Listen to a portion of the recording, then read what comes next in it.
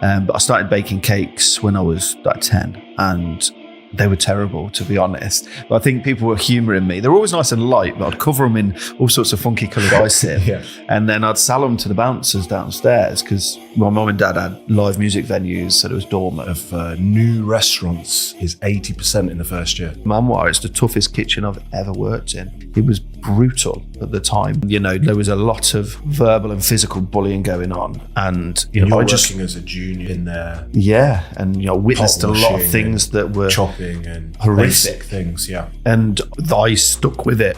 I stuck with it through, it wasn't through stubbornness and it wasn't through grit of I'm going to beat this. It was, I thought I would be a failure if I left. Yeah. I thought, because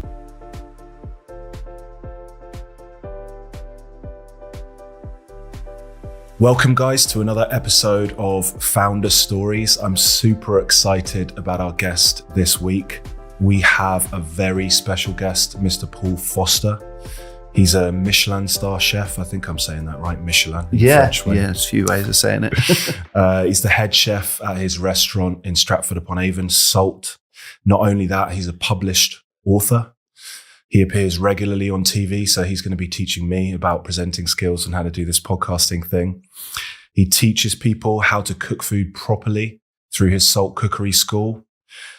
And for me, it's really interesting that it's not just having an impact on people that come to the restaurant, but he has a reach further than that because he has an online platform, the Salt Masterclass, which it teaches regular people how to cook extraordinary food. I made that up myself, so you might want to steal that. I thought that was quite good. So welcome to the podcast. Thanks for coming down. Thank you for having me. Yeah, my pleasure. And we're in my dining room now, which doubles up as a podcast studio, which my wife is just about forgiven me for. Yeah, it's nice. No sound in here at all. It's quiet. It's perfect room for it. I've sent everyone out. The dog's gone. The wife's gone. The kids are at the grandparents'.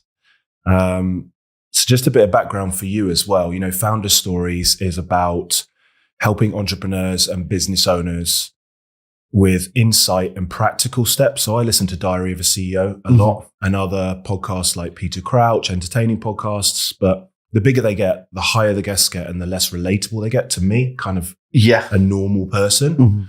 So I wanted to interview successful people like yourself, but actually get practical steps, insight, not just it be a higher level conversation where you come away from that and say, yeah, I'm inspired and I'm motivated to go and do work, but you don't have any practical tips to take back. So restaurant owners and chefs, you know, at the moment, the failure rate of, I don't know whether you know this, but the failure rate of new restaurants is 80% in the first year. Yeah. Which is incredible. It is. It's very high. Very high. Like from this, I just want to get a bit of an insight into what's made you successful.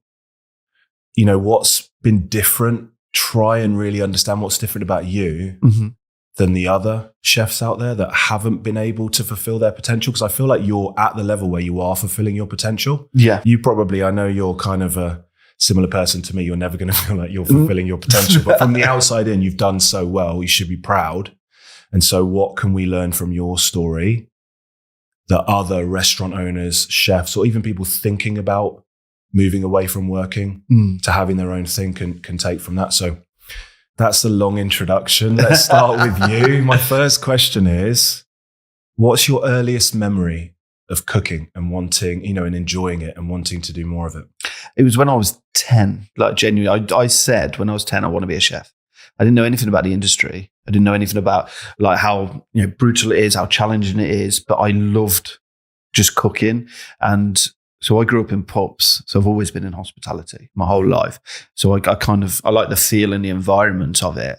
But I started baking cakes when I was like 10, and they were terrible, to be honest. But I think people were humouring me. They were always nice and light, but I'd cover them in all sorts of funky coloured icing. And then I'd sell them to the bouncers downstairs because my mum and dad had live music venues, so it was dormant. So your parents owned a pub? Yes, yeah, when I was younger. Yeah, we had a few over like 10 years. And so I'd sell them to them, and it was just seeing that expression from people smile when they've eaten something you've created. Yeah. And it's such a simple transaction, but it meant a lot to me at that age. And then I was always in the kitchen downstairs with the cook and with my mom when she was cooking and for the customers. Yeah. And I just buzzed off it, and I just wanted to learn more.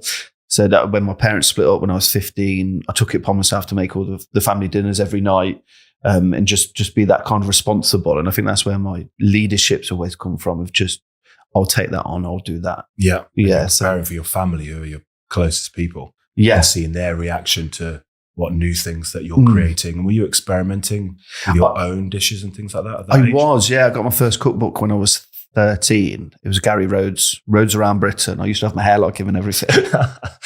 And I'd try and replicate some of the dishes, but they were too complicated for me at that stage when I was like 13. But I gave it my best shot, and then you try and go off piste, but you don't have the foundations to go off piste. Yeah. But that's where you start to learn. But that created excitement. It was like, this world's endless. There's so much you can do with food, and it just inspired me more.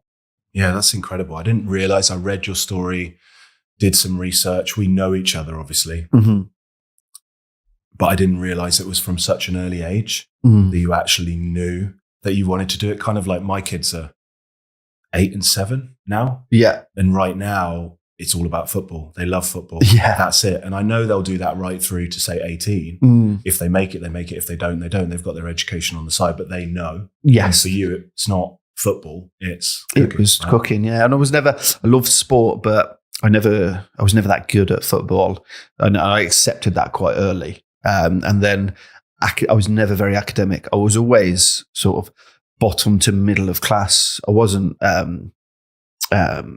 want of a better phrase, stupid. Yeah. But I was just never engaged with it. I was never interested. I could have done much better at school had I applied myself. Yeah. As soon as I went to college, I was top of the class straight away. Just because I was excited and passionate. Yeah, so there's a natural intelligence there, right? It's not about intelligence. It's about passion. Yeah. Focus.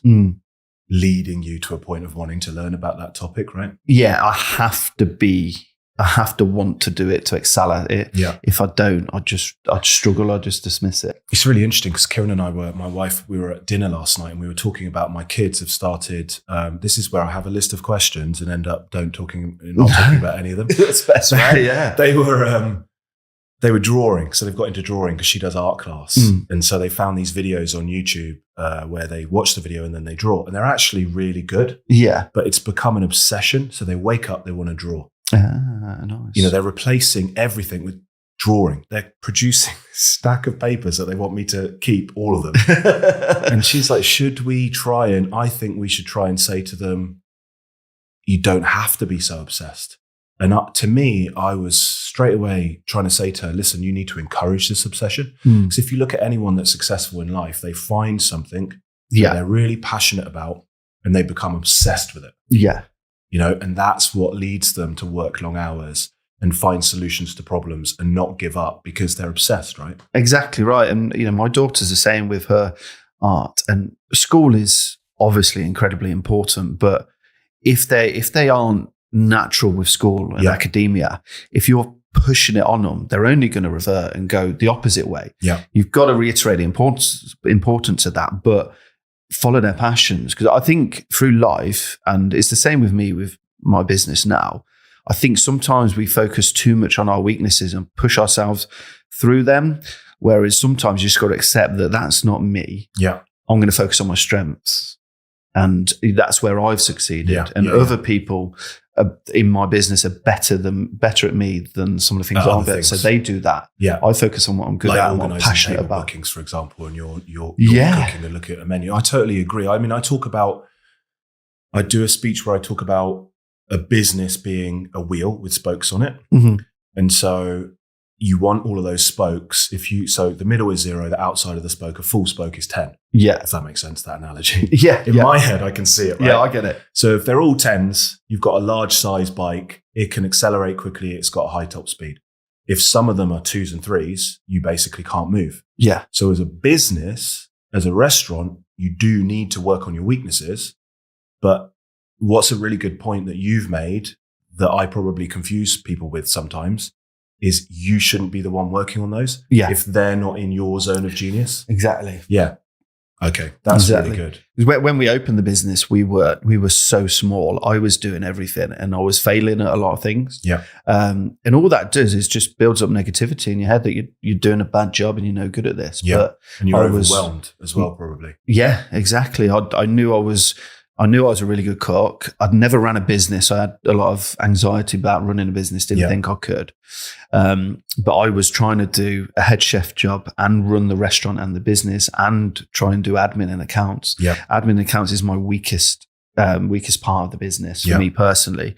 And I was just burning out. I was just not in a good place. And all I was thinking was I'm failing at this because I was focused on the things I was struggling at rather than focused on what I'm good at. So that'd be a bit of advice. I mean, that was going to come later, but I mean, it's really good. It's a bit of advice for people that aren't necessarily fulfilling their potential, are restaurant owners or chefs and are feeling overwhelmed. Try and look at what your 2 or 3 key strengths are, or even one, and try and hire or get help from family and friends, or depending on your level of monetary, you know, your monetary situation, whether you can afford to hire or whether you need to sort of beg, borrow and steal help. Yeah. Don't do the 10 things yourself. Pick the 2 or 3 things and then think about outsourcing everything else, right? Exactly. Just sort of reversing back a bit. So you went to college and you did culinary? Catering at college, Okay. From there, if you read your story, it's quite incredible. Obviously, I'm not going to go through it now. I want this to be more about you and what was different. But how did you get those opportunities? Do you think that it was natural talent, or do you think that it was hard work? Because you went from, you know, cookery school, college, straight to, or maybe not straight to, but pretty soon working in some famous restaurants under some famous chefs, traveling the world, getting opportunities that other people would sort of die for. Yeah. How did you make that transition between someone at college to getting those opportunities? I think that the confidence breeds confidence. That I was incredibly shy as a kid, wouldn't speak to anyone. And I think because at school I sort of struggled, I never really found my thing. I wouldn't talk to girls, that sort of thing. Yeah. But as soon as I got to college and I started doing well, because I did have a natural talent for it, but most of it is hard work. Okay. Like genuinely, I don't believe it's like I'm special as a cook. I think most people can, you know, achieve a high level if you put the hard work and make the right choices.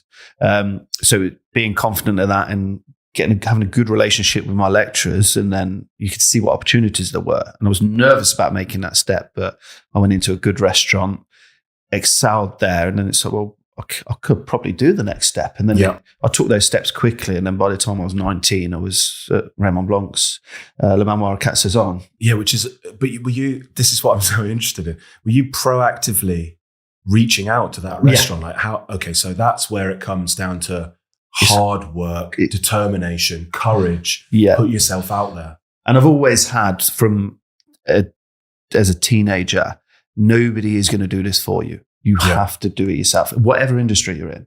Nobody's going to open a business for you and, you know, make you rich or make you famous or make you successful. You have to do it yourself. Nobody's going to. I know that sounds incredibly simple, but it's easy to forget. No, and I think it's such good advice. If I I always bring things back to my kids because my kids are basically everything. And every analogy I have is my kids. I've got 2. The 8-year-old, for some reason, flipped a switch in him. If you put him on a football pitch, he's like an animal. He doesn't think about, I'm going to take this shot and I'm going to miss, and what are the crowd going to think anymore? He doesn't care. He just runs around like a nutcase. And he's lost that fear of failure with it. Whereas the little one is probably more technically able. But once he gets on the pitch and once there are parents watching, and if we're in a cup final and all these things, you know he's playing at 70%. Because he doesn't want to put himself out there for fear of rejection would be your scenario. But for him, it's perceived failure and embarrassment. You know, if he's practicing a drill in the garden and he gets it wrong, he gets a look on his face like, I'm embarrassed. Oh, that's silly. He sort of nervously smiles. And I'm trying to not physically, but beat that out of him. I know what you mean. Because you have to fail forward, right? You have to. You have to know that failing's not that bad sometimes. The fear is worse sometimes than actually failing, isn't it? You know, depending on the levels of failure, obviously, but you need to experience it. You know, it's important to know, like, well, I'll pick myself up last time. So You know, I can can fail. reference. You can reference in your life points where you succeeded. Yeah. To give you confidence. Like I've spoken on stage before in front of X amount of people. If I'm getting nervous now, don't worry, you've done it before. Or if you failed and learned, what did you learn from that? So keep failing again. I think, too much in business owners, which will apply to chefs and restaurants. There's not enough failure. I mean, I fail basically on a daily basis and get things wrong all the time. 12 years into running the business, not with delivering client work, but with all sorts of things you're thinking about. I was watching the new Michael Jordan movie last night. Air. Oh, yeah. I'd recommend it. It's really good. I want to watch that, yeah. But they talk about he was the first deal where they did a revenue share on the trainers. Okay.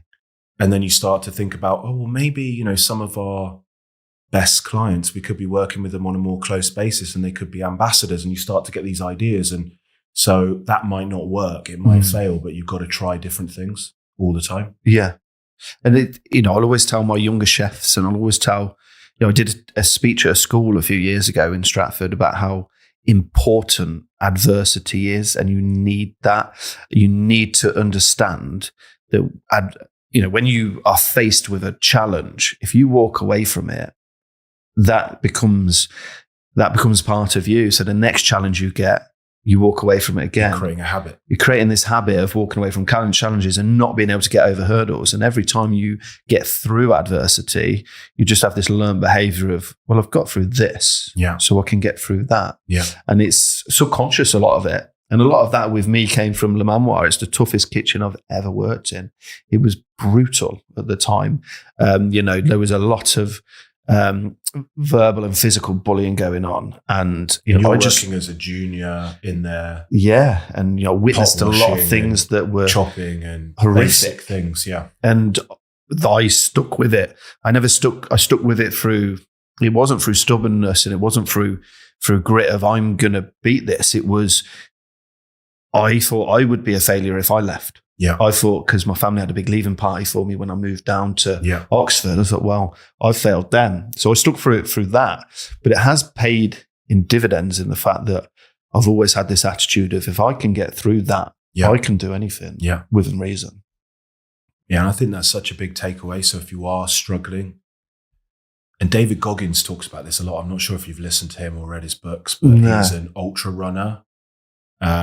He was overweight, massively overweight, working as a pest controller, going in and having to kill rats and things like that. Oh, okay. Just a dead end job. Yeah. Lived with his parents, had no money, lived on junk food, and then just decided and woke up one day, do you know what? I'm going to become a Navy SEAL. Wow. And then over the period of 2 years, changed his whole life around. I had to go through the SEAL application process 3 times, where they basically almost kill you. Yeah. Became a SEAL, and now he just regularly runs ultramarathons. He's running 100 miles, 500 miles, 1,000 miles. He ran one race. He basically had like a broken knee. He was blood coming out of his bodily holes and just carried on through the whole thing, because now he seeks out adversity. He speaks a lot about seeking out adversity. I just think it's important to understand that. And I think some of our listeners, being that they're not necessarily going to be entrepreneurs and into that space of self-development and learning and listening to people like David Goggins, if you just take a small amount of what we're talking about and apply it through and see yourself, like, do you see yourself as an entrepreneur now more? I do more now. It took me a while to. Yeah, I think so. I think I was always, like, my issue was always, and this will be interesting for people, that we put people up on a pedestal, like this David Goggins. Yeah. If you'd have said to him when he was living with his mum and dad, doing pest control and overweight, in X amount of years' time, you'll be running 100 mile marathons, or look at this guy, what he's doing. It would seem completely unachievable. Because we put, I used to put all these chefs I looked up to on a pedestal and almost respect them too much. Like, people will be, they're a god. I can't do that. And trust me, you can. I just come from working class background and nice upbringing, no major adversity, I wasn't spoiled, just kind of in the middle. And if I'd have not followed this path, who knows what I'd be doing? But it just shows that everyone can do it if you apply yourself. Hard work and dedication is everything. I talk a lot to myself about confidence, consistency. And it's just, even when the days when you feel like you're not moving forward, if you're just getting in the kitchen, Yeah, you are moving forward because you're there. exactly. And you've got to accept the fact that you are going to have times like that. There are times where you feel a bit flat and deflated and the business might not be going the exact route, but you're still there. You're still trading. You're still going through it. You can't be, 100% motivated every single day. Yeah. It's important that you're going back there and you're still going. Yeah. And tell me about so in those first few years, what happened in the transition from, I guess, let's go back a little bit. Why did you get started with opening your own restaurant? And why did you leave the comfort that some people would feel from working as a chef within a kitchen that's owned by someone else, where they're taking on all the responsibility of branding, marketing? How do you get people through the door? How do you make sure they're happy?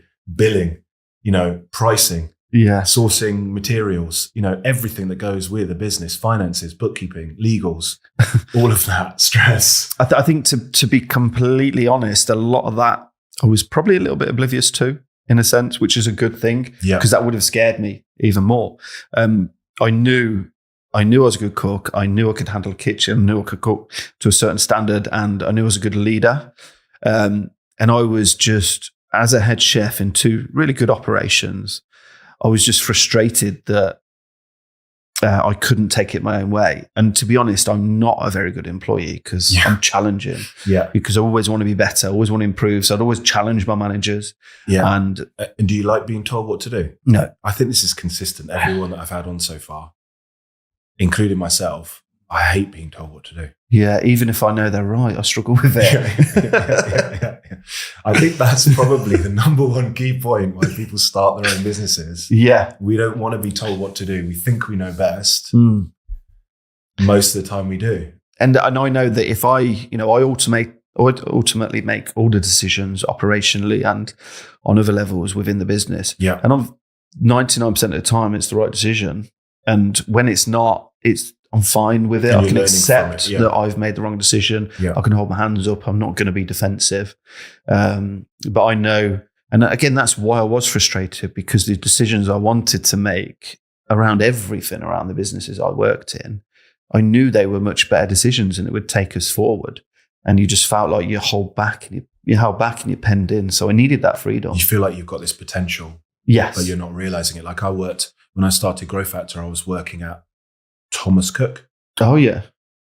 And I was going in, it's a good finance job. I'm on like 60K a year. But really, I only need to work for 3 or 4 days a month because it's the financial month-end close. The rest of the time, people that work in finance probably won't be listening to this, but they'd understand it if they were. It's just like you're twiddling your thumbs. And they expect you to work till 7 o'clock at night just because it's the done thing to show your face. And you just feel like you've got this life to do something, have an impact, help people, make a change, and you're just sat there.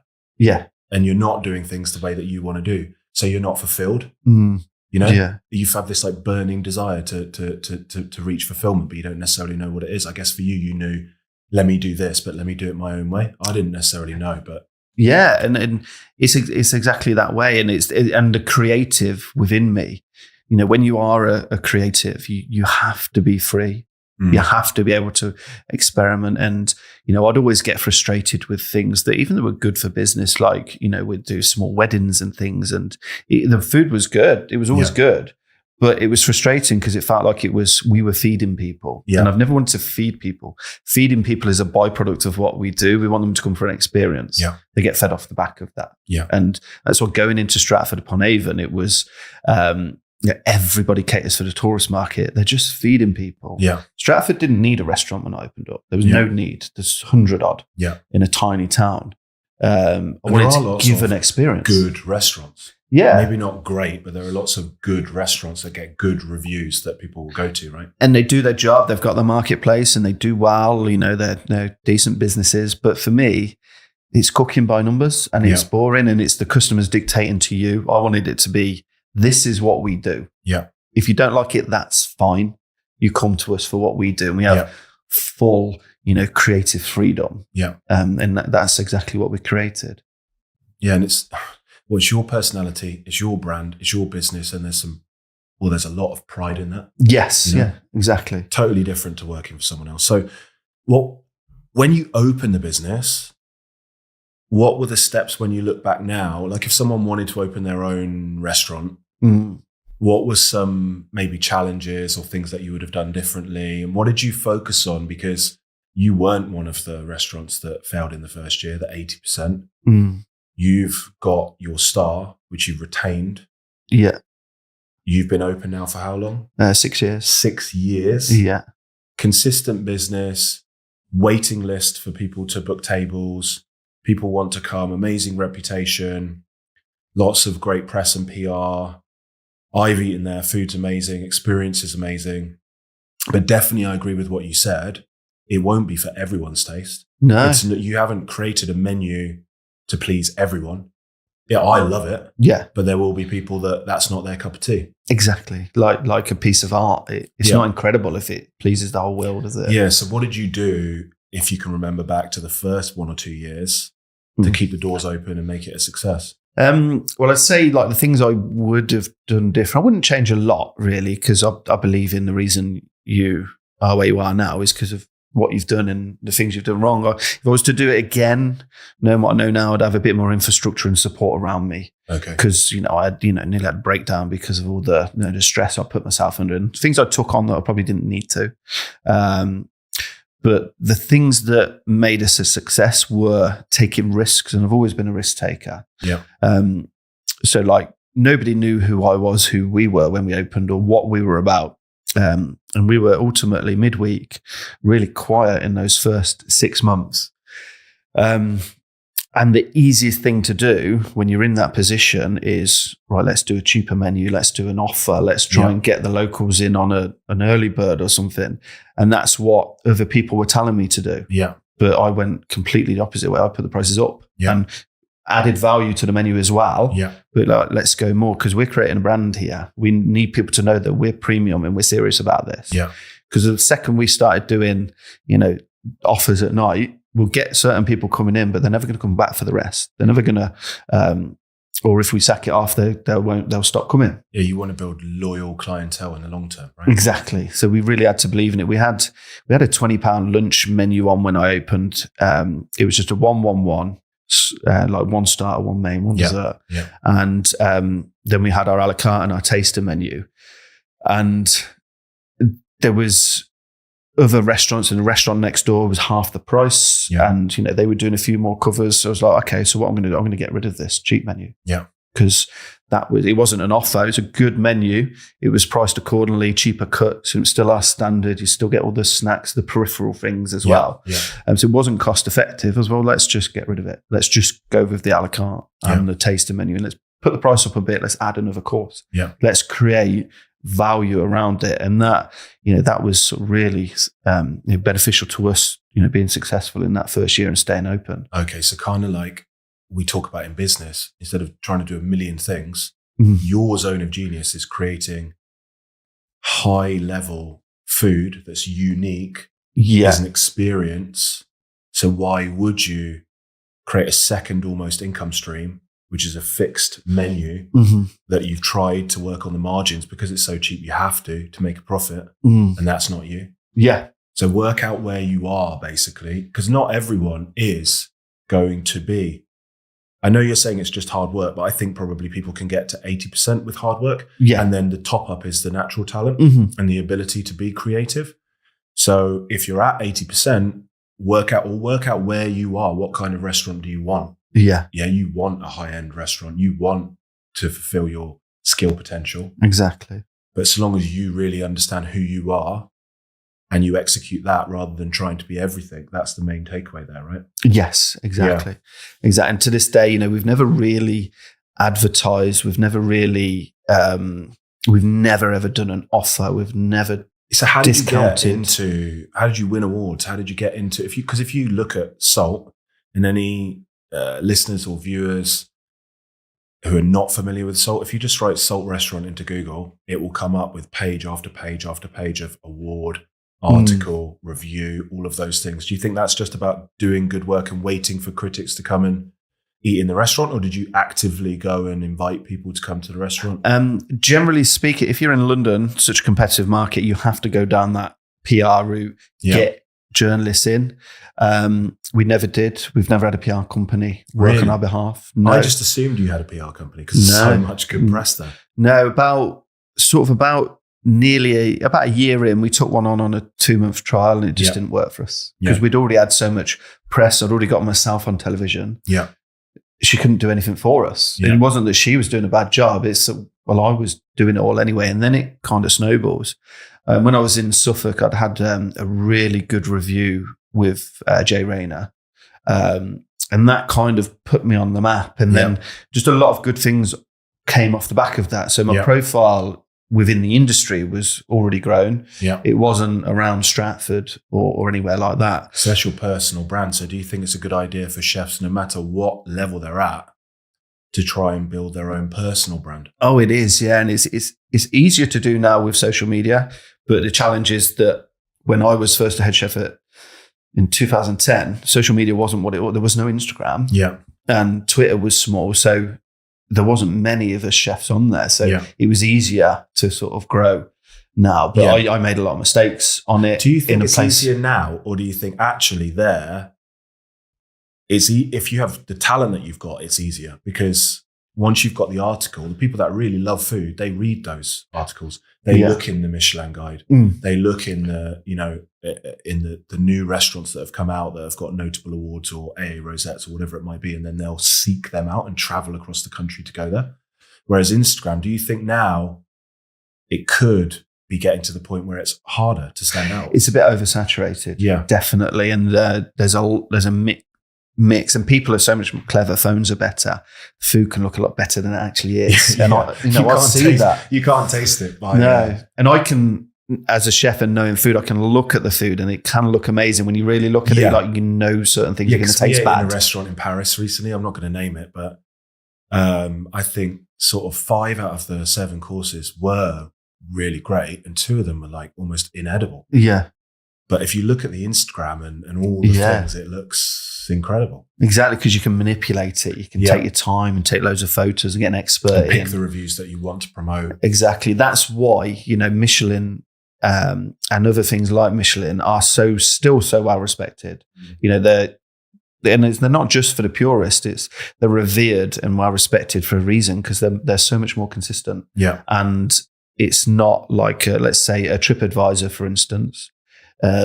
If you're reviewing a restaurant on TripAdvisor and I am, your 1, 2, 3, 4, 5 is different to mine 1, 2, 3, 4, 5. Yeah, it's judgmental. Exactly. So Michelin have got one set. We don't know what their guidelines are. They have criteria, right? They're not criteria. You can't pay them off. They're not, there's no behind closed doors things going on. That's the whole value of Michelin, right? They are independent. They are independent, and that if they're saying they're a 1 and they're a 1, they're generally pretty consistent because it's coming from one place, not 1,000 customers reviewing one place with their own ideas. And the same with TripAdvisor. Not to go too much into these review sites, but how bad is it that us as a restaurant? I know we're not the best restaurant in the country. There's 3 Michelin star restaurants that are much better than us. But if I don't get a 5-star review on TripAdvisor, I'm like, that's not good enough. Realistically, we're a 3 or a 4. Because I can't say I'm as good as the Fat Duck, because we're not. But we all feel like we should all have 5, but it's just not a true measure, is it? That's why I dismiss and ignore all those now. I don't do me any good or bad for business. I don't read them. I'm not interested anymore. Yeah, because TripAdvisor especially, exactly what you said. It's the independent judgment of one person. I stayed in a hotel in Paris recently, 4.9 out of 5, 2,000 reviews. My experience of it was terrible. Yeah. So you have to look at the independence of it. And I guess in a really crowded world where there's so much on Instagram, so much on Google, so easy to write a TripAdvisor review, Michelin will just go from strength to strength. Yeah, exactly. Because of the trustworthiness of it, right? Yes. When you first started the restaurant, like, I talk about a business allowing you, ideally, to give you freedom. Yeah. Have an impact on people or the world and make money, right? Yeah. So what was your routine like? Imagining you didn't have much freedom in the first few years of running the business. Routine is in like life balance and stuff. Yeah, like when did you get up? What time did you get to the restaurant? How many days were you working? Well, you did have kids then, right? Because the restaurant is not as old as your daughter. So you had your daughter then. Yeah, my daughter, she was 4 years old and my son was 4 months old when we opened. So that presents challenges, as I'm sure you'd be aware. And when you talked about risks, it's not just talk, because you're opening a restaurant when you've got a 4-month-old kid, which most people wouldn't do because they'd be so worried about removing a PAYE income. Yeah, and I was the only one earning money. Now, my ex-wife, my wife at the time, she was on maternity still. So she was getting a bit of maternity money, but it wasn't huge, obviously. So we still had house to pay for and cars and all the normal stuff. And I don't think I would even do that. I mean, I don't think that I'm quite a high-risk person anyway, being an Indian accountant, but that's a lot, yeah. It is. You've got to back yourself, right? Part of it is more about how it happened. So we crowdfunded the money through Kickstarter to open the restaurant. Yeah. 2016, about March 2016. We didn't actually open until April 2017. So just finding the site and getting it there took that long. And it's hard to time. You can't just say, right, I'm going to open it next year on this date. Yeah. And Ethan just came along around the same time. And it's like, well, these two things have collided. And what I can't stop either one. Then? Like, did you save money from working before? Always I'd save some money and just for personal, paying the bills. And I was just doing consultancy, working from home, doing projects for people. And I was going and working in friends' kitchens, all over sort of Cotswolds and just do a couple of days. Hustling. You got to hustle, Yeah, I had, so when Ethan was born from the October, obviously we didn't open until the April, so I still wasn't working. So I still had to, pay with one proper wage coming in. I still had to sort of make it work whilst opening a restaurant. It was a very challenging year. Do you think, I mean, for me, it gave me a whole new level of motivation when I had kids. I used to get up at 4:00 in the morning and do 3 hours before they woke up. Yeah. Because I was like, right, well, I've got this business. At that time, it's doing 300 or 400K in sales. Mm-hmm. I want to get it to a point where they can have whatever they want. They can go to the right schools. We can take nice holidays. We've got money in the bank. We can move house. And it was just like someone lit a fire up me when I had kids. Yeah, it was, although I was married, it was before the kids, you're a bit more selfish and it doesn't really matter, but it does change completely. It's like, well, I need to make this work for us, for them. And I did it the other way around. Like, so you'd get up really early. I've never been a morning person. I've always been a night owl. So I'd work really late. Okay. So even if, I'd done a 12, 14-hour shift, I'd come home and then it'd be doing admin and menus and recipes. And would you see your family in the morning then? And then probably not see them. Yeah, and I'd be a zombie, to be honest. Yeah. Absolute zombie in the morning. And we were open 5 days then. So we were open Wednesday to Sunday, and I'd finish about 5:00 on a Sunday. So I had Sunday night, Monday, Tuesday off. And the kids weren't in school then. So the Monday, Tuesday, it was fine. I got a lot of time with them. But I was a bit of a write-off. Was like, Monday, Tuesday, because it's not about, for like people who are running their businesses and they're feeling guilty. To me, someone explained to me once, a therapist, it's not about quantity of time, it's about quality. Exactly. All the kids want is a connection. Yeah. So even on the days when you're really busy, if you can say, connect with them for 5 minutes, ask them what they want to do, play with them, do whatever. And on the other days, just be about them. Don't be on your phone on the Monday and Tuesday. Don't be, trying to do emails while you're swinging them on the swings or whatever it is.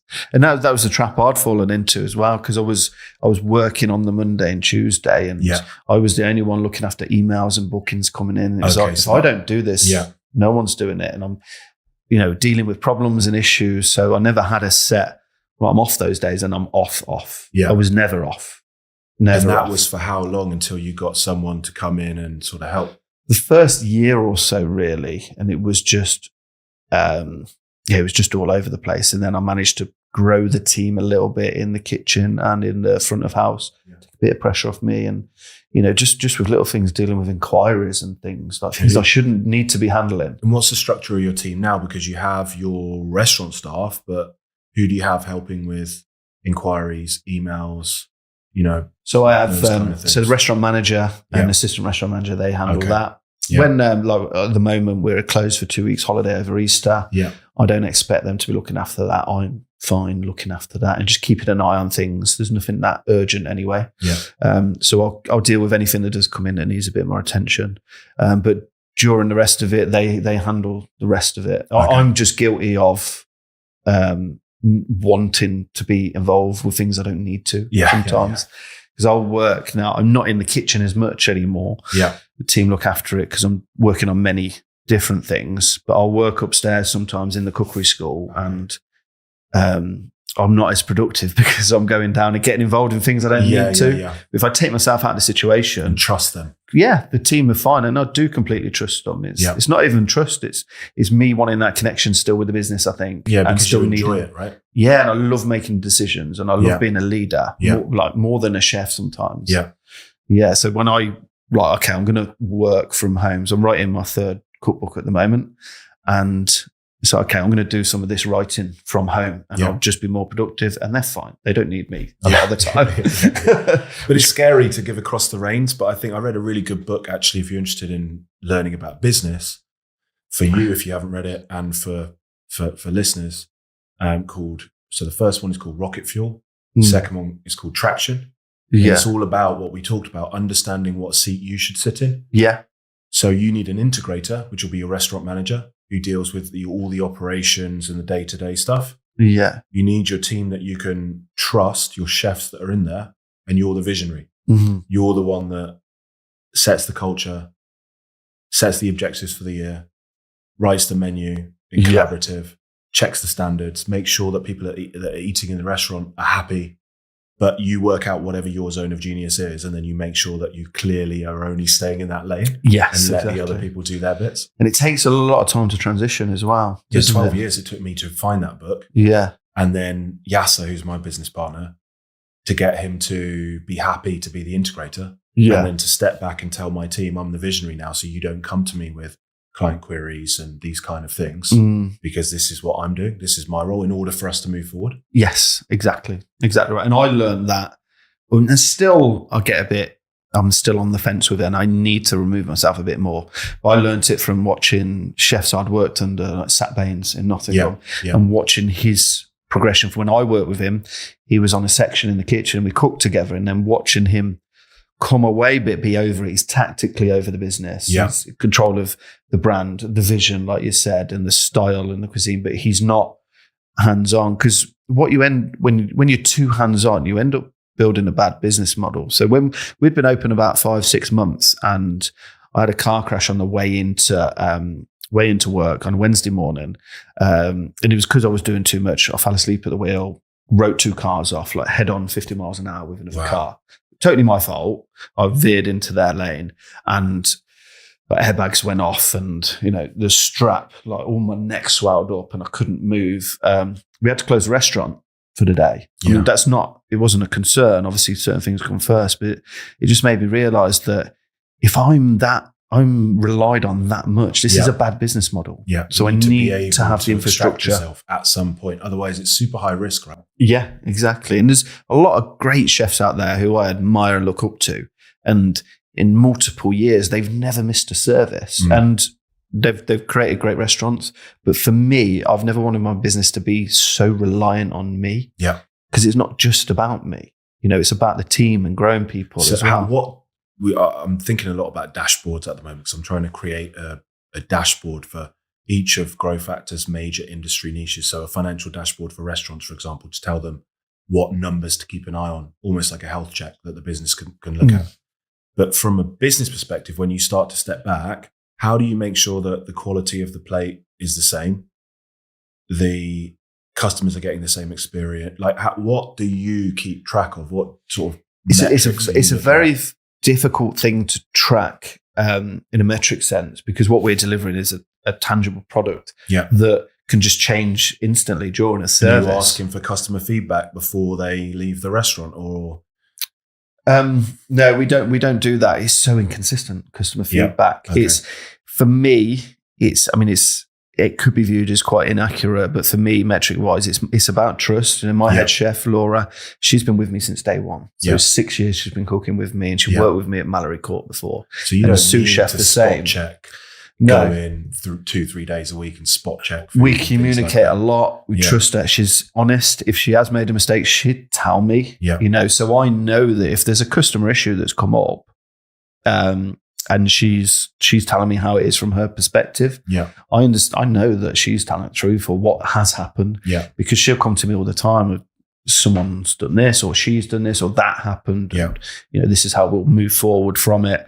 So it's about that complete trust, because it's such a unique business, a restaurant. Yeah. Just she is like Yasser is to me. Complete trust.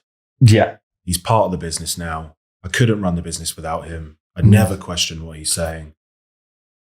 And we were just, I guess you were so lucky to find Laura. Yeah. Laura, right?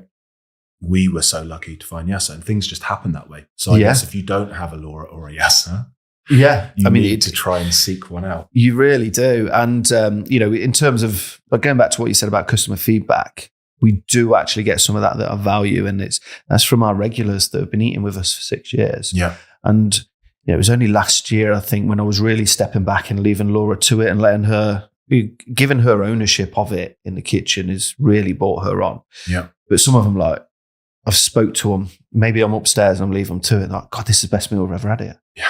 And a little bit that hurts, but in a way, it's like, no, that's brilliant. I get that too. Yeah, I jump on Zoom calls occasionally with clients, and I can see they're just looking at me like, do you want to get off this call now so we can start being productive instead of just chatting about random stuff? Yeah. And they're happy with the team. Yeah. More so than when I was doing delivery, because for me, probably similar, maybe not similar to you, because I'm sure when you're cooking, you'd be focused on cooking.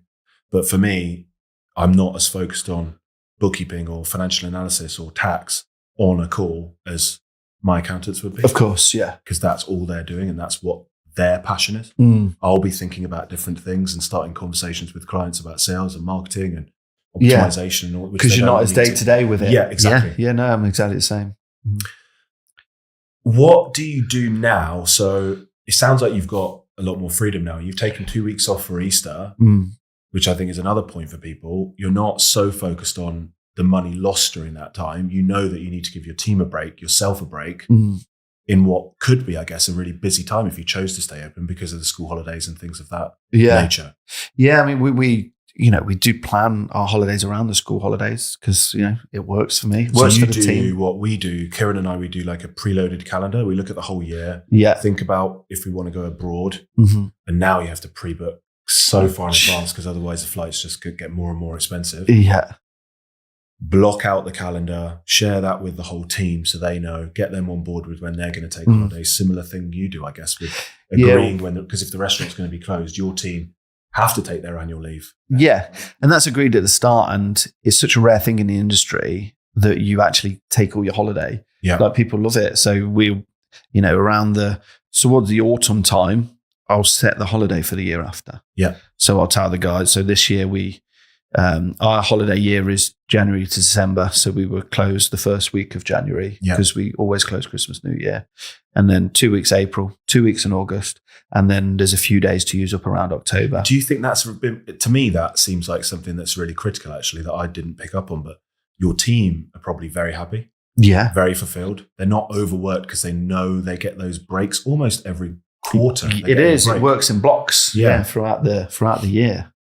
And so you're saying that's rare for a restaurant to do that? It is. And I've worked in a lot of hotels, which 365 days of the year. Yeah. And, it does drag. And sometimes you'll have, you might take a bit of holiday in January and it's quiet. And then you take a few days in the summer, but your next holiday is probably not till autumn. Yeah, it's crazy. So that will it's a long drag. That'll allow you to retain your staff because if they start thinking, well, is the grass greener elsewhere? It's not because they're working more. If you're doing that for them, you're probably doing a whole host of other things to make sure they're happy and fulfilled as well. Because with staff, it's not just about throwing money at them, and then overworking or exploiting, etc. Like you got to pay them correctly and pay them well. Yeah. And make sure we see 100% of their tips like our guys do.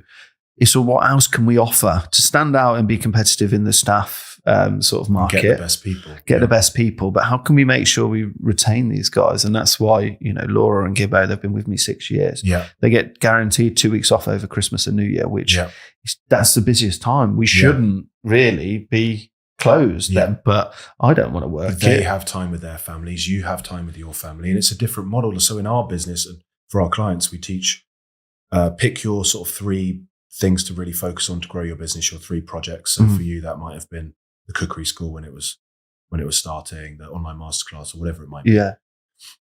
Writing the book is probably all 3 of your projects at the moment. Yeah. And then you work on that for 10 weeks. And then you have a couple of weeks where you deload, kind of like physical weight training. You can't go all year long. So you work on 1 to 3 projects for a quarter. You review the progress of that. You take a week off. And so with Kieran, I'll try and plan holidays in the same way. Yeah. So I know, okay, I'm going to work really, really hard within reason, but I'm going to get that block. Okay, in May, we're going to Portugal. In the summer, we're going to Canada. In October, we'll go to Dubai. And it's like you've got those things to look forward to. And it doesn't look as daunting a year, does it? No. You break it down. Breaking it all up. Yeah, 100%. I think that's great. I think that's a really good takeaway for people. What do you do? Just a slightly random question, but I wanted to bring this in because it's an interest for me. And I know that you ride bikes and you are getting into your sort of physical fitness, or you have been for a while. Yeah. What do you do now to optimize your sort of mental performance and your physical health? Physical health, I've sort of fell off a bit now because I'm so busy at the moment. But cycling and it's just the best thing. I've always hated running. It's a horrible thing to do. Even during the lockdown, the first lockdown, I was like, I'll just take myself on a little run, and I just stopped mid-run. I was like, stop it, you hate this. This is horrible. I've just never got on with it. And I got a bike and I love it. I don't have podcasts on, don't have music on. I'm just out. And which is safer anyway, right? Because you've got a fast bike, like a race bike. Yeah. It is. But like the temptations there is I need something to engage me, but you don't. You're just out there and with my own thoughts and stuff. And it's amazing for the mind and the body. I need to, now the weather's getting better, I'm going to get much more into it. And you live in a beautiful part of the world where you can go out and ride and see countryside. Yeah, you're straight into the Cotswolds from Stratford. So I do a lot of that. And now for me and for the mind is just taking a lot of time for myself. Because I know before I was divorced, I never used to do that. And that was an issue of mine. I never had my time. Yeah. And that would be the first thing I'd dismiss. I'd be like, I don't need my time. Because you feel guilty. Yeah, all guilt ridden because I worked a lot. Family or whatever. I wasn't doing as much at home. So my days off, it'd be like, right, I need to do housework, DIY, look after the kids, take the pressure off. And you forget about yourself. Yeah. And if I would have taken time for myself, I would have viewed it as selfish then. But now I'll do that. I'll have evenings off, do things on my own. I'll go out, on my own. Even, when I'm in London, because I'm working in London a lot at the moment, I'll stay there, and I've been to some comedy gigs in the evening on my own and stuff. And just that time, I was always scared to be on my own, but now doing that is quite powerful.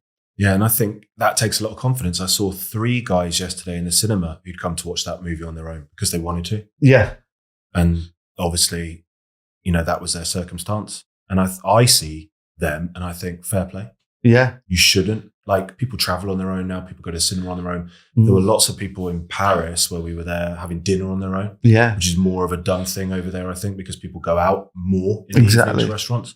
Where we were staying, there were so many restaurants, just those nice neighborhood local restaurants, not flashy, center of town, Mayfair-ish kind of. Not that there's anything wrong with that, but just real sort of Parisian, cheap price, but good, wholesome food type restaurants that you could go to every night is my point. Yes. You couldn't go to, most people couldn't anyway, go to a high-end Michelin Star restaurant every night. No, you're right. Own is a substitute for cooking their own dinner, right? Because it would bankrupt them.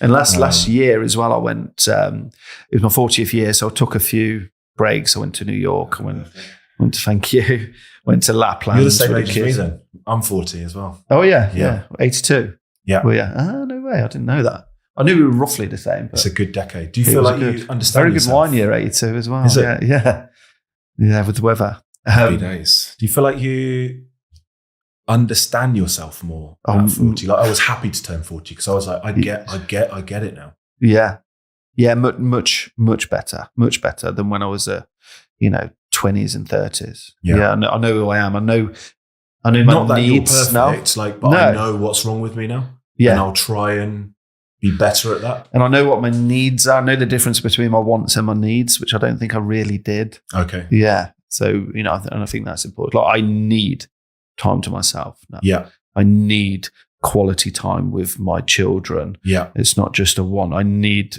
things that fulfill me in life, not just things that I'm doing because I feel like I should, or that's what the industry thinks of me, or whatever. It's more about. And I've never seen you be a materialistic person or one. So, the reality of a restaurant at the top end, as we know, is it's not a license to print money. No. The fact that you're the way you are, most of the money that comes in, you're spending on getting the best quality products and the best staff and the best location and constantly upgrading it. So it's not like you started this and you're living this life of high luxury. No. You're doing it for a genuine love of providing an experience to people. Exactly. It's always had to be that high-end, great restaurant, a good business model that, we don't take profits out. Everything's gone back in and we've just made it better and better and refurbed it and new kitchen. Which is ironic because people probably think who don't understand restaurants and don't understand business that the Michelin Star restaurants make the most money. But actually, it's your Nando's and your regular high street restaurant. Your higher turnover. Low quality, super low quality product, high staff turnover, cheap wages, where they're making money. Yeah. To a different degree, and they've got multiple locations. So what do you do? I mean, looking back at that triangle, you've got more freedom now. You definitely impact people because people can, I think so, because people can access your expertise by going and signing up to the masterclass, which is like £5 a month or something. Yeah. And access all of your cookery teachings and all of these things. So that allows you to impact people on a global basis. Yes. Which I think is really important for your own fulfillment, to be able to help people, even if they can't afford to come to the restaurant. Yes. But we all do want to make money. We want to go on nice holidays. We want to maybe drive a nice car. We want to have a nice house. You probably would prioritize the kitchen. Yeah, definitely. I saw when you came in this morning, you were straight away over looking at the cookers and the ovens and saying, nice kitchen.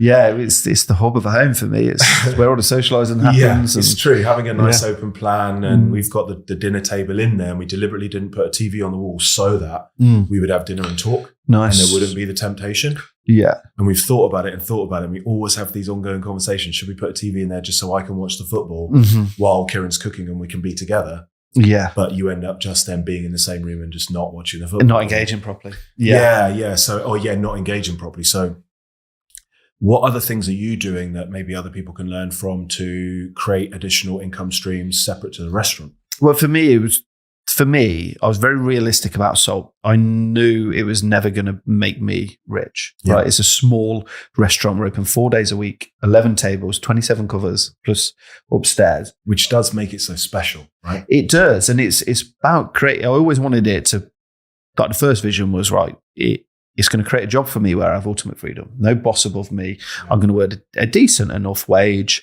And once I've built this brand that I'm proud of, it's never going to, I'm never going to retire on it as such. So I want to use that to be able to do other things, and I'll make money that way. Okay. So that is your flagship, if you like. So then I can open more restaurants. So I'm opening a restaurant in London next month, but it's not going to be, we're not going to try and pick up salt and do salt everywhere. Yeah. It's got to be using my name and my profile to do different things. Yeah. And, still all about, quality. With different food styles. Different food styles. Yeah. A business model that is, more likely to make money, cookery books, television, the online masterclass, and then TV, brand work as well. Personality now as well. I switched to TV. This is like 2 or 3 years ago, though, I didn't realize you were on TV, and I was watching TV with my kids, and we put Saturday Kitchen on or something, and you were on TV. Oh, yeah. And I was screaming at them to come into the other room. Look, this boy's on TV. I love doing it. It's a great thing. But for that, again, I don't want to be a TV chef. Yeah. I want to use that to try and monetize it in different ways. So like now I'm trying to do brand work at the moment. So TikTok's obviously gone crazy. Yeah. I've got a massive following on TikTok out of nowhere. Oh, really? It's my biggest social media following. It was like 120,000. Wow. Sort of come out of nowhere. Me just doing some cooking videos, and I've picked up brand work from that. Okay, so little things you can monetize and things like that. Yeah. So trying to work smarter, really. Yeah. So, if I was still tied to the stove at salt, I'd be working incredibly hard for like a set income. Yeah. Now I want to work less for more. So just work smarter, essentially. So the lesson there is, first of all, you concentrate on your one thing. You find out your zone of genius. You build your restaurant to the point where you have got a waiting list and you've got loyal followers and people are, which I find with Soul, asking people like, how did you get the table? How did you get in? You know, there's a real demand for it. And you've built a brand. And then from that brand, only then 3, 4, 5, 6 years down the line, can you start to think about, I can use that brand to do this, bring my own cookery books out, bring my own utensils out, whatever it might be, and get some good advice and diversify. And it's very easy, especially young chefs, to look at successful chefs and they want all the brand work and the fancy stuff, the materialistic stuff straight away. Because and they feel they like don't understand why they can't have it. They don't realise you've been working for the last 20 years. Exactly. 24 years in kitchens, hard kitchens. And then still, when I opened Salt at 34, there was still several years of hard work then. And I'd already done, a lot. And people think you're rich just because you've been on telly and you've got a star. And, it doesn't mean money. It means you have the opportunity to monetize yourself. Yeah, is what it means. A lot later down the line. It's really funny because I was in the gym yesterday taking some check-in pictures. So I'm doing bodybuilding, but I'm not going to compete because I don't want to sort of sacrifice my energy levels with the kids and all these other things. But I do want to get leaner through the summer just to see what I look like. I've always liked bodybuilding. I tried doing functional fitness, bike riding, all these other things, but it turns out I'm just a vain individual who likes to look at himself in the mirror, right? So I know myself. There's nothing wrong with that. Anyway, I'm in my pants taking these check-in pictures and this guy said, "Oh, you look great. Like, how long have you been training?" And then I said, 25 years. Yeah. I was like, do you know what? I've been training for 25 years, never taken more than a week off. Yeah. And it's the same with work. If you just consistently progress, you get to the point where people look at you and they're asking you like, "Oh, what drugs are you taking?" Or, what are you doing? What's your steroid protocol? I'm natural. Like, I've just been training for 25 years. You just people look at the end result. on. They don't see like that. There's that famous picture, isn't it? I always go back to, and it's a ballet dancer's shoes. I don't know if you've ever seen it with their shoes. No. And then there's a picture without the shoes on, and their feet are just wrecked. Okay. So you see these shoes and this beautiful ballet dancer. Yeah. But what's underneath is just all that graft. The years of hard work. Yeah. That's a good one. And you talked about bringing other people in to be experts. Obviously, you've been a client of GrowFactor for a good few years now. We met because you looked at that time, I think, on Google just for a local accountant, and we had a physical Birmingham office at that time. Yeah. And then I came to your house. That's right. Yeah. For the initial, we were probably discovery meeting. We were under a year in, so we'd not long been opened, but we were with an accountancy firm, and we'd just opened and took them on, and they were okay, but they were just accountants, just Not doing a very value. basic, no value, no real interest in the business, and and that's what stood out with you, is that you want to almost be a part of it and grow with us, and obviously hence your name, GrowFactor. And you had a different name then, didn't you? SRK Accounting. Yeah, when people Googled us, they found Shah Rukh Khan, the Bollywood actor, so we had to change it. It was my initials, and I came from KPMG, so it seemed like a logical progression. But GrowFactor is about being that important business partner. We've had conversations where you've been thinking about things, and we've had a conversation together to try and get to a decision and things like that, and offering clients unlimited support. But we only want to take on clients where we're passionate about their business, genuinely. And I don't do any of your day-to-day now. I know Anish does. Like, what's been your experience with GrowFactor? Like, how has it been? And would you recommend us to other chefs and restaurants? Yeah, definitely would. I mean, for me, it's about obviously trust that side is looked after. There was, just to refer back to the other accountants, there was an expectation that we knew what we were doing. Yeah. And they would be asking us questions about things. And I had no idea, really. Apart from being a head chef and seeing the odd P&L, I knew nothing about that level of business. Whereas, you guys, you take it on, you manage it, and there's feedback, and they're constantly chasing me because I'm useless with admin. And admin and accounts. So it's this benefit that you guys are managing it, in charge of it, and I can ask you honest questions that aren't just about figures and monthly reports. Yeah. where you understand our business, and it works exactly in line with the only meat, fish, wine, booze suppliers. I only work with the ones that want to work with us. Yeah. I'm not interested in just being a number. Yeah. They've got to understand our business and almost be on the journey with us. Yeah. And that's for everybody we use. Yeah, that's awesome. Yeah, for us, definitely. It is an honor having a client, and to be part of a client's journey over the long term is so rewarding. Even though I don't do the day to day, for all of my clients, especially for you, because it's really exciting to see where we started and where you're at now. Yeah. Like, it's so rewarding. Yeah, especially with all the years that we've all had in the middle. Yeah. Just to wrap up, I know we've kind of already had these, so we can kind of repeat, I guess, things that we've already spoken about. What would be 3 keys to success that you could share with people that haven't been through that 25-year journey, are on the journey? What would be 3 keys to your success that you'd like to share? Okay. So off my head, the first thing I would say is you have to stick by your guns. A business that is fickle and just tries to move with either what is trendy or what other people are doing or what you're being told to do. You have to listen to your inner voice. Like, to go back to Stratford, when I opened in Stratford, I spoke to other restaurateurs and they were saying, you have to do pre-theatre meals. It's your bread and butter. You won't survive without it. Yeah. And if I'd have been a little bit more naive, I probably would listen to them and done it. Yeah. But my question back to them was, but how do restaurants survive in towns without theatres then? Yeah. Like, surely there's a way. Yeah. Like, no, you have to do it. You'll fail if you don't. I've never done it.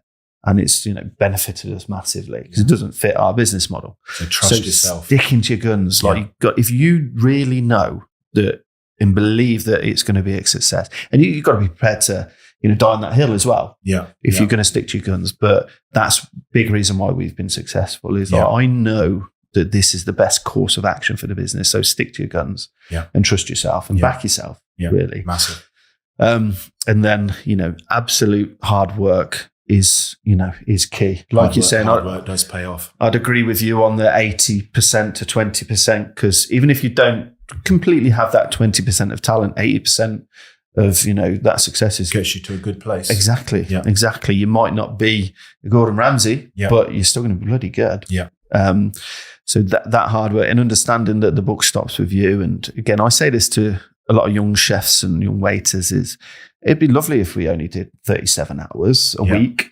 That's not our industry. The hours are much better than they are. But if you ever want to own your own business, you can't go from doing 37, 40 hours a week for your whole career and then all of a sudden open your own business and expect to be doing the same. You can be doing 100. Yeah. Because you have to, because the book stops with you. Especially for the first few years. Like 12 years in, I've got to the point where I can do 40 hours a week. Yeah, me too now. Sometimes, the thing will still turn. Yeah. But because I love it, sometimes I'll do 60 hours a week. Yeah. But you invested that time at the start. Exactly. And if you hadn't, if you didn't have that work 6 ethic, days a week, getting up at 4:00 in the morning, working right through when they've gone to bed at 7, then I'm going back in for a couple of hours. Exactly. And if you didn't have that work ethic, then GrowFactor wouldn't be what it is. No, for sure. Yeah. And then, so that's, back yourself and, stick to your guns, work hard, and you've got to take risk. Yeah.